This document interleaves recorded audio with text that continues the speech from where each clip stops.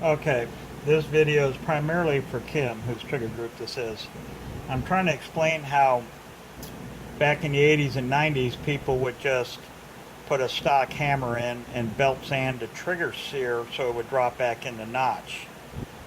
Created a problem. If your trigger sear doesn't drop back in the notch when you let go of the trigger, your gun can go off in your hand. Here's an example. Okay, we're ready to fire. Now you can see when I pull the trigger,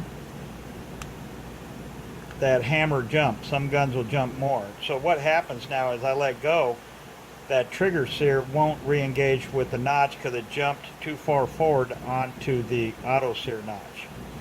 So now, no finger on the trigger, your bolt carrier, say if your bolt carrier hadn't chambered yet, you press your auto sear, now it fires. Your finger's not even on the trigger. So the scenario would be you're humping along, shooting your gun full auto, everything's fine, and you get a failure to feed or the doesn't chamber quite all the way. You let go of your trigger.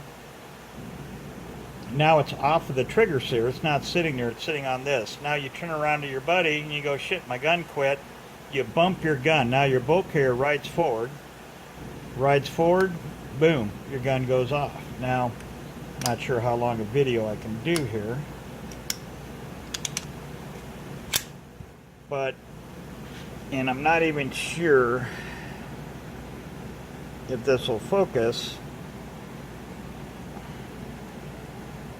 but basically that is not, when you're like this, that will not drop back into your sear notch on your hammer. So now when you press this, that's just going to slide forward. It's kind of hard to see in there, but basically your trigger, when you pull it, now when you let go on a spec, that's supposed to drop back in, because if your gun was to spec when it's on the auto sear, your hammer should be back here, which would allow your trigger sear to drop back in. But since all they did was belt sand, I don't know if you can see that shininess right there, that's where they belt sanded it, trying to attempt to get it to drop back in. So what we did is we pioneered the re-welding the auto sear notch of the hammer and machining it so you had your proper release without touching the trigger sear engagement notch, any of that.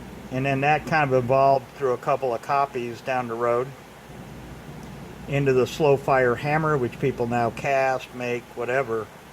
But we were the first guys to solve the problem by going in and welding the auto sear notch of the hammer, getting everything to spec there so you had all your inherent safeties. So that's it.